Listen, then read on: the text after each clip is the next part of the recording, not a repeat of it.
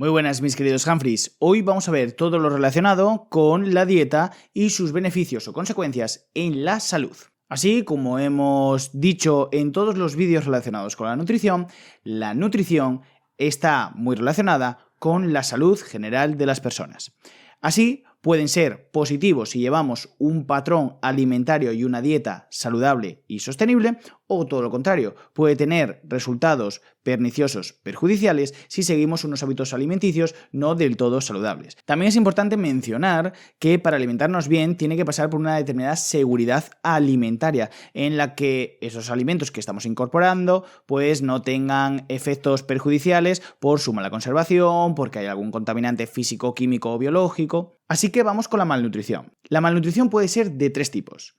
Desnutrición, en la que hay un déficit excesivo de uno o más nutrientes o de energía.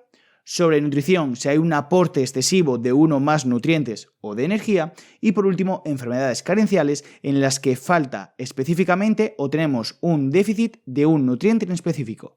Así, desnutrición, como hemos dicho, es una ingesta inadecuada de alimentos que provoca una falta de energía y que puede conllevar el desarrollo de determinadas enfermedades. Así, como tenemos una menor cantidad de energía, nuestro cuerpo empieza a agotar todas las reservas, que como ya vimos en anteriores vídeos, van a ser fundamentalmente grasas, lípidos y carbohidratos, así como las proteínas en caso de que estos dos falten y hay un estrés excesivo con un aumento de cortisol.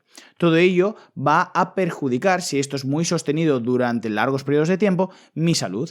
Y puede ocurrir el marasmo, que es causado por la ausencia de ingestas en nuestro día a día, lo que es consecuencia de una restricción calórica grave, y también el síndrome de Kwashiorkor, con este abombamiento abdominal, el cual es resultado de una extravasación por una ausencia de proteínas en la dieta, así como un déficit calórico también bastante grave. Cuando hablamos de desnutrición, también, por desgracia, estamos hablando de enfermedades como el trastorno de conducta alimentaria, como la anorexia, que se trata de un trastorno psicológico en el que hay un rechazo grave a cualquier tipo de ingesta, lo que conlleva que con el paso del tiempo ese déficit calórico tan restrictivo pueda provocar problemas graves de la salud. Sin embargo, con un buen tratamiento psicológico, ayuda, apoyo de las personas, familiares, amigos, puede llegar a revertirse y esperemos que esto sea siempre así, que se revierta o que incluso pues, que esto no suceda. Otro muy parecido al caso anterior es la bulimia,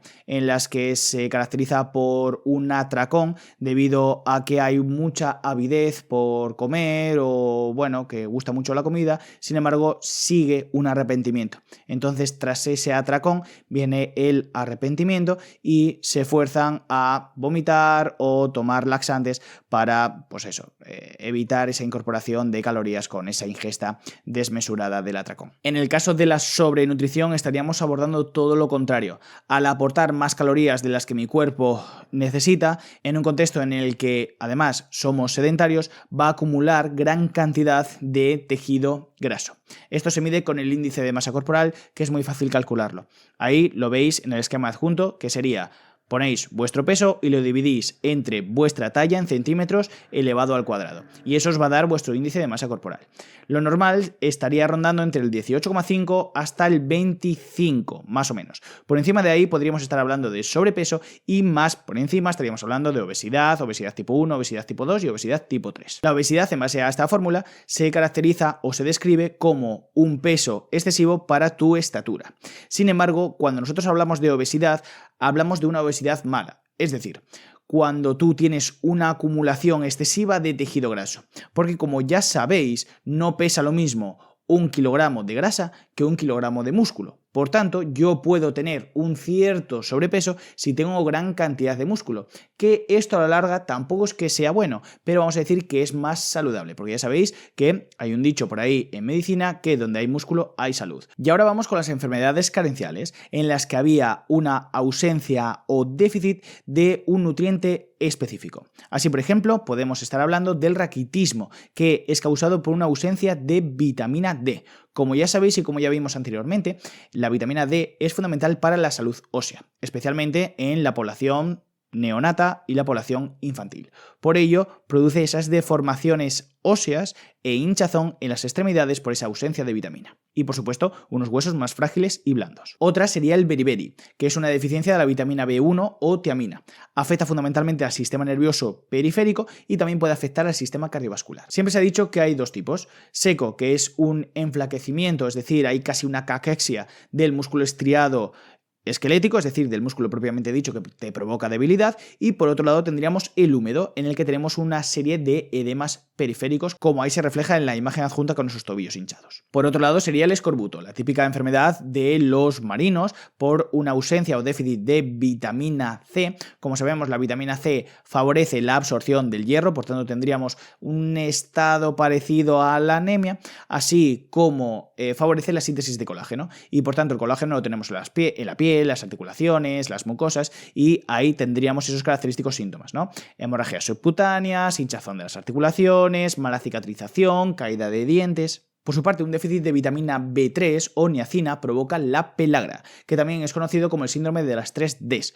puesto que produce demencia, diarrea y dermatitis. Otra enfermedad carencial muy típica de nuestra sociedad contemporánea de Occidente, pues es la osteoporosis, especialmente de nuestros mayores, en los que literalmente se forman poros semihueso y por tanto son más susceptibles a una fractura de cadera de nuestros ancianos. Y esto es porque falta calcio y falta fósforo o falta una absorción de los mismos. También puede ser por ausencias de vitamina A, D y E. La anemia es también muy conocida.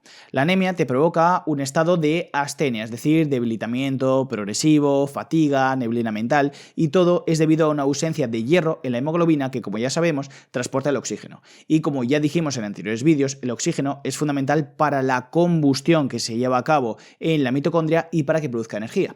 Por tanto, si no tengo hierro, no transporto oxígeno. Si no tengo oxígeno, no tengo energía, y por eso me repercute en esos característicos síntomas. El bocio es también muy característico y suele estar asociado por una ausencia de hormona tiroidea, lo cual provoca una hipertrofia de la glándula tiroides, que la tenemos aquí debajo de la nuez de Adán, y provoca, como podéis ver en la imagen adjunta, pues esa especie de papada por un crecimiento de la glándula tiroidea, puesto que suele faltar yodo, que es imprescindible para la función tiroidea y que me regule el metabolismo. También tenemos que hablar de las alergias e intolerancias a los alimentos.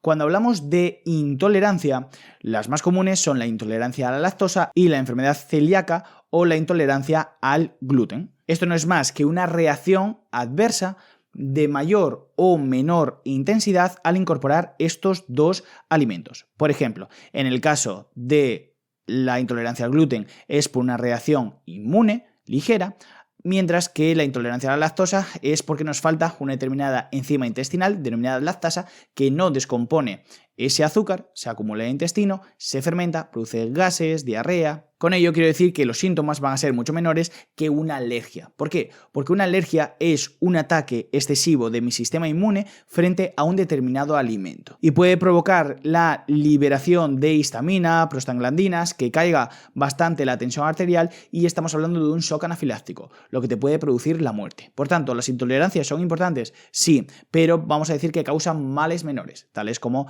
diarrea, vómitos, malestar, que cuidado, que también son importantes. Sin embargo, una alergia alimentaria te puede matar, literalmente. Y también es importante hablar de enfermedades causadas por una mala higiene alimentaria. Y por tanto, tiene que estar todo estandarizado con una serie de normas, como veremos posteriormente, para su correcto uso. Así es necesario que incorporemos una serie de hábitos en nuestro día a día, como por ejemplo un lavado de frutas y verduras, revisar el empaquetado de los alimentos, o si vemos que determinados alimentos tienen mala pinta, mal sabor o mal textura, pues no los ingiramos. Las enfermedades o contaminantes que puede tener este tipo de alimentos son tres: los contaminantes físicos, los biológicos y, por supuesto, los químicos. En cuanto a los biológicos, como su propio nombre indica, van a ser organismos patógenos tales como bacterias, protozoos, virus, toxinas. Uno de ellos muy característico relacionado con el huevo, la mayonesa, incluso también con carnes crudas, es la salmonela, que produce una enfermedad muy parecida a una disentería, una gastroenteritis, conocida como salmonelosis,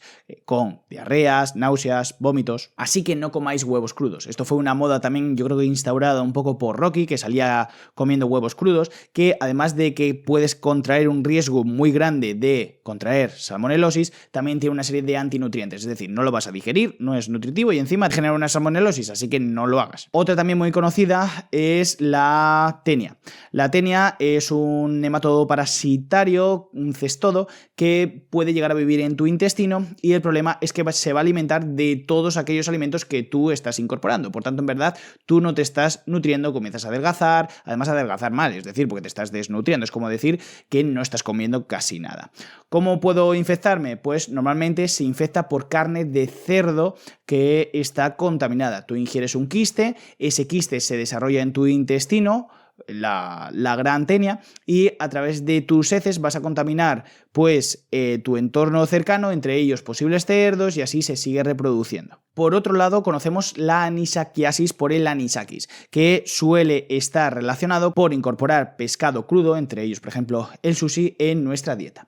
En principio el anisakis no te va a generar un mayor daño que una reacción alérgica, porque en verdad no es un parásito propio nuestro, sería un parásito de un mamífero relacionado con nosotros, que sería el delfín, donde a ellos se le produce bastante enfermedad.